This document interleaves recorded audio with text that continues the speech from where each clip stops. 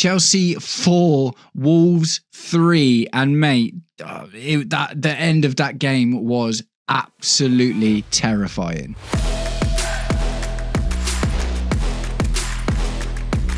Welcome, Blue Believers, to another episode of the Stamford Sync, where we are syncing up with everything Chelsea FC. And I have just come off of streaming on FFB. I did a watch along for the game, and mate, this game was madness, absolute madness. Like, talk about a story of two halves. There is a lot to get into today. There is lots of positives because we scored 4 goals and all of the goals were good. And, you know, in general, the attacking play and intent looked really, really good. But there are some suspect characters in our defence and goalkeeping department that really, really need to be looked at. But guys, before we get into it, if you're enjoying the content and would like to see more, please do me the distinct honour of liking and sharing the video, subscribe to the channel, or just roast me in the comments, whatever gets you through your day. Right, so the starting 11, yeah, cool. Kind of, you know, pretty much what I expected, other than I thought Fofana might get the start over Tosin, but apart from that, it was kind of what you'd expect. Philip Jorgensen got the start in the goal. The less said about that, the better. Malo Gusto, Tosin Adarabioyo, Josh Achiampong and Yorel Hato made up the back line. Double pivot of Lavia and Andre Santos. Attacking 3 of Jamie Gittins, Facundo Buonanotte and Esteval Willian. And Tyreek George did in fact get the start up top. So things started well, man. Things started well. We got a goal in the first 5 minutes. Do you know what I mean? It wasn't the low block that I was expecting, despite Wolves playing like a back 5. You know, they definitely were trying to come at us a little bit. But, you know, we got the first goal in the 5 minutes via Andre Santos. Great start. You know, all of the goals were good today, man. And the goal scorers in the first half all took their goals really, really well. Andre Santos, Tyreek George, Esteval Williams' goal in particular. Chef's kiss, cheeky little chip, and amazing work from Andre Santos to create the space and confusion in the lead up to the goal as well. Jose Sarr not happy. And we went into half time being like, right, this could be a rout. Do you know what I mean? We could 5-6 goals or whatever. Do you know what I mean? And something mental happened at half time. I don't know what it was, but it was 2 things actually. One, the Wolves manager, Pereira, said something incredible to those Wolves players to galvanise that squad and get them to come out and play an amazing game in the second half. And Enzo Maresca must have gone in and said something that completely demotivated everyone, because as soon as the whistle went for the second half, it was like a completely different game of football.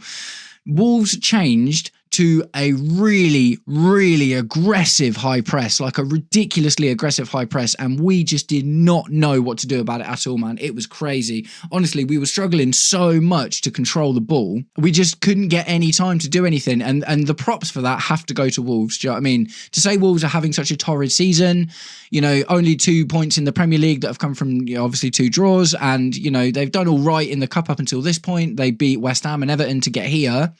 You know, but ultimately they're having a really bad season and they're under a lot of fire at the moment. Do you know what I mean? 100%, you know, the manager's definitely been getting a lot of stick and the team's been getting a lot of stick. And, you know, Jose Sarr's been seen arguing out the front of the Wolves Stadium with fans and stuff. And, do you know what I mean? Things just haven't been going very well for them. So it was kind of amazing for them to be 3-0 down at half time. All of this bad stuff is going on at the club at the moment, and still they came out with this renewed fire, vigour and energy and just unbelievable press, man. That press was absolutely mad.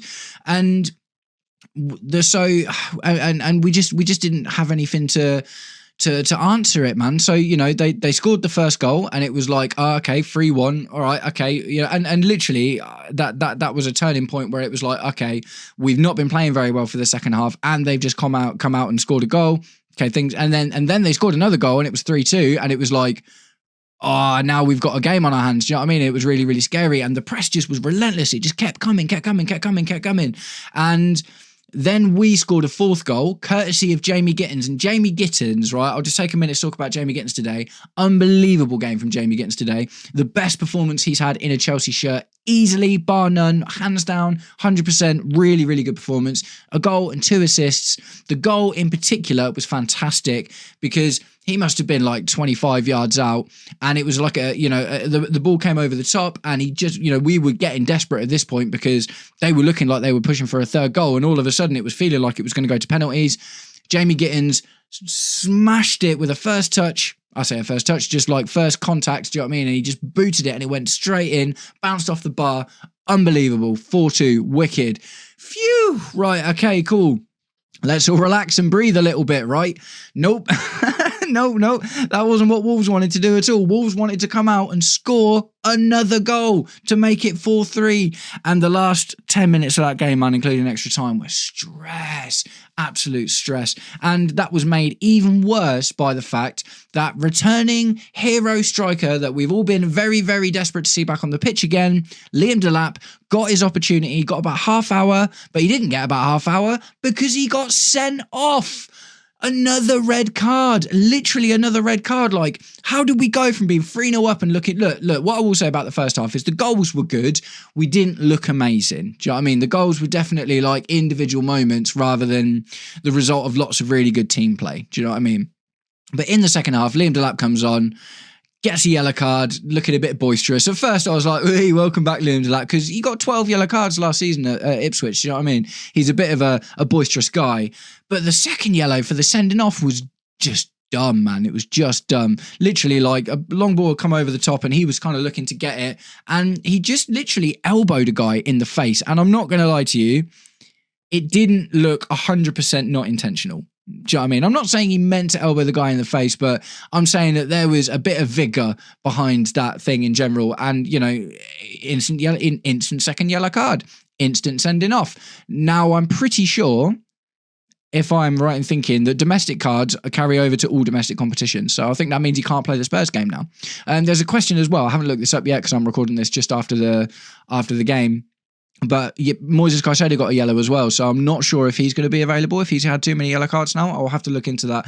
But either way, man, like, it just absolutely typified how much the game had fallen apart, right? Absolutely how much the game had fallen apart. And it was really, really, really difficult to kind of figure out, man. It was like, how do we go from being 3-0 up and our attack looking really, really good, and then all of a sudden, we're just suffering. So as far as the defence goes, like, the defence looked pretty shaky today. Philip Jorgensen was terrible, man. Absolutely terrible. This kid has no future at Chelsea. Like, absolutely not. It is mad where we are in a world where Robert Sanchez feels like the better option to anyone, because none of us are really happy about Robert Sanchez either, despite him being okay this season.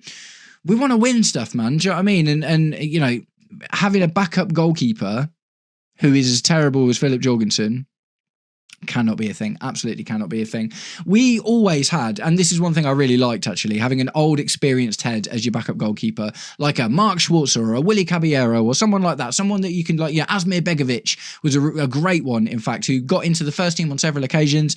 And we need someone like that, man. We need someone like that to come in and play. Mate, I'd literally have Willy Caballero back in the sticks at this point over Philip Jorgensen. Get him off the touchline and from the dugout and get him back in goal. Do you know what I mean? Mate, that was rough, man. That was rough. Really, really, really rough. So look, we won. We're through to the next round. Is the conspiracy theory alert? Ooh. I mentioned in one of my previews in my preview to this game that one thing that 100% was a thing is Maresca tanked the cups last season. Do you know what I mean? Maresca tanked the cups last season. So there is, you know, and it was obvious. Do you know what I mean? It was obvious. Like he 100%, the League Cup, he was just like, no, not bothered at all. And could that be a result of it as well? Did we win this game just in spite of Maresca because he'd probably rather not be in this so we can focus on the other competitions that we've got coming up? Maybe conspiracy theory. I'm not going to give it too much weight, but it's just like, based on how we got launched out of the cups last season, we were very close to seeing that again today. And if we would have seen that again today, I almost definitely would be going in on that conspiracy theory. What we need to look at, though, for me, how do you go from being 3-0 up for it to be 4-3 against the worst team in the Premier League? No disrespect to Wolves, because that is just a fact. They've got 2 points from 9 games in the Premier League this season. And we absolutely should be winning that game. And we've got another game against them coming up in the Premier League. Do you know what I mean? If they're going to give us this rough and tumble in the Premier League, like, that's not good at all. At the end of the day, we're probably going to put a first team out for that. Do you know what I mean? And you know, not rotate as much as we did today. But even with our rotated team, we had easily good enough players to maintain that 3-0 win, if not like a 3-1 or something. But for it to be 4-3, the problem with that is, when you let them get back into the game like we did, it's not even just about tactics, it's about mentality, right? It is about mentality. And I'm going to talk about the mentality a little bit.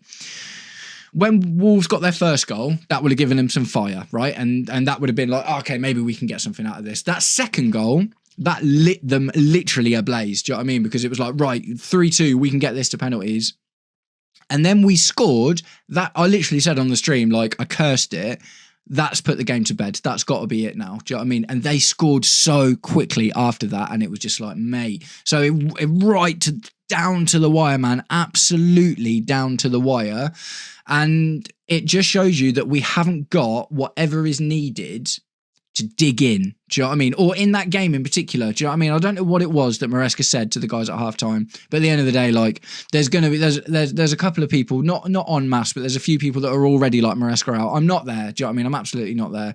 But I do have to kind of squarely put the blame on Maresca for this, because we had the players to be 3-0 up at halftime. Wolves went in and changed their tactics at halftime, and they came out with this immense high press, this absolutely immense high press that we apparently had no answer for. It's not the player's job to anticipate or to look at what's going on in the game and then make changes between them on the pitch at the time. The manager needs to make those changes himself. Do you know what I mean? He needs to take opportunities to be like, right, this is happening, this is what we need to do instead. And there was, you know, the fact that the entire second half, right up until the final whistle, was literally like that as well. The press was just immense, absolutely immense. And we didn't have an answer to it. And this is counter to what we've seen before, where it's not exactly the same thing. But for instance, we've seen Maresca change game plan and stuff when he's been like, right, you know, we've been 0-0 at half time, and then he's brought a couple of players on, or, you know, we've started a game with the centre defensive midfielder dropping in between and the two centre backs splitting, and then we've changed to, you know, the right back becoming the third centre back and the midfielders pushing up more and stuff. We've seen it before. Do you know what I mean? We've literally seen it from Maresca before. So it is unfathomable to me why we absolutely didn't see some change like that. Yes, there were substitutions made. Caicedo got drafted on at the end of the game as well. And mate, you know what I mean? As Caicedo 100% needed to rest this game. Enzo got brought on, Caicedo got brought on, Cucurella got brought on. So maybe that puts to bed the conspiracy theory side of it, because Maresca has seen that we're struggling and he's brought 3 of our best players on. Do you know what I mean? And been like, okay, so maybe that sort of says, right, you know, he was looking to protect the game. But that's worse, if anything, because how did he just not have an answer? So really, really difficult one. At the end of the day, I'm ranting like we didn't win the game. Like, we did win the game. We're going through to the next round. Cool. But it's just not massively promising, is it? Like, to be 3-0 up at halftime and to win the game by the skin of your teeth, 4-3, against the worst points tally in the Premier League. And like I say, man, what I absolutely have to do is give credit to Wolves. 100%, loads of credit to Wolves there, because I was even talking about it on the stream. I was like, you could be a really, really, really good player, technically really good or whatever, and if your club is going through this, where, you know, there's a disconnect with the fan base, and, you know, there's the manager's really under fire, and the results are not just coming in, but they're absolutely awful. That affects how you play on the pitch, doesn't it? That can affect your mentality. We all know from having jobs and working and whatever that when you go into work and your head's not in a good place, and it could be to do with something that's going on at work, you don't do your job as well as normal. Like, that's just absolutely normal for every single person in the world. I know footballers get paid a lot more than we do, but it doesn't mean they don't feel the same emotions. Do you know what I mean? So to say that all that's going on, bottom of the Premier League with 2 points, looking at getting launched out of the cup, 3-0 down at half-time with a manager that's massively under fire, for them to even be able to orchestrate that comeback was amazing. Do you know what I mean? And it's not just about Chelsea being terrible. Like, I absolutely have to give prop to Wolves, because it would be unfair not to. Do you know what I mean? I do believe that Wolves did really well to get that result. Do you know what I mean? Even though it was a loss, and even though they're going to be out, that was a battle, man. That was an absolute battle. And it showed us that Chelsea have got to be worried about more than just low blocks. Do you know what I mean? We've got more to worry about than just low blocks. So that's kind of it, guys. On we move. Obviously, the next game is Tottenham. I'm going to be doing a watch along for it one way or the other. It might be with someone, it might not. I need to figure that out and make it concrete, but I'll let you know in community posts and videos coming up and stuff about that. I will be streaming on Friday night with a match preview for that on the Blue Lounge, but we're going to have loads of content coming out in between now and then anyway. So, guys, thank you very much for sticking around until the end of the video. If you did, if you were on the stream, thanks very much. Bunch of legends. Love chatting to you all. I'll catch up with you all very, very soon. Take it easy. Peace.